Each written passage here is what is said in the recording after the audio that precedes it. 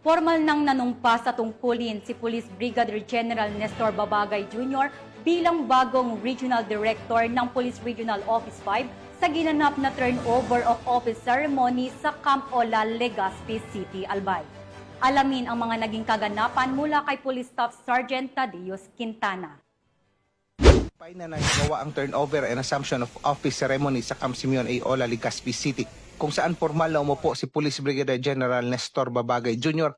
bilang Acting Regional Director ng Police Regional Office 5. Ipinasa ni outgoing Regional Director Police Brigadier General Andre P. Dizon ang responsibilidad at watawat ng PRO 5 sa harap ng mga opisyal, kawani at bisita bilang simbolo ng tiwala, pananagutan at patuloy na paglilingkod sa rehiyon. Pusong pasalamatan ang naging instrumento ng ating may kapal para maging abdi ako ng PRO 5. Unang-una, pasasalamat sa Pangulong Ferdinand Bongbong Marcos Jr. Ganon din sa ating dating DILG Secretary Binhar Avalos at sa kasalukuyang Secretary Janvic Remulla. Tatlo din pong CPNP ang nagtiwala sa atin.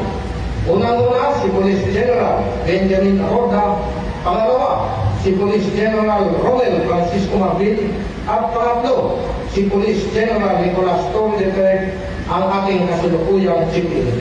Kinilala rin ang kanyang pamumuno sa pagpapatibay ng kampanya laban sa kriminalidad at pagsusulong ng makatao at maayos na serbisyo sa publiko.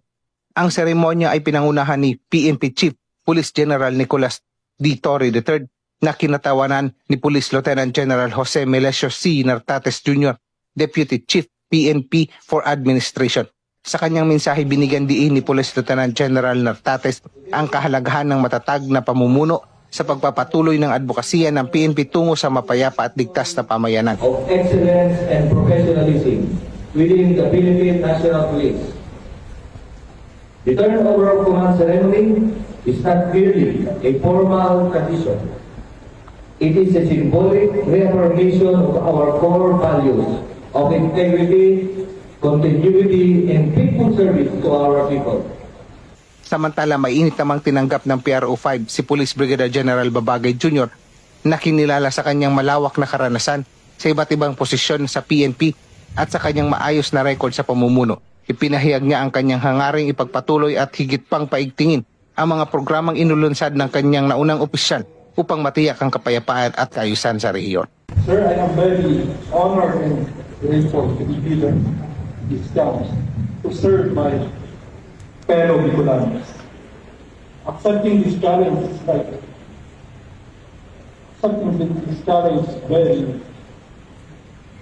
challenging. An attestation that I can do more than what is required.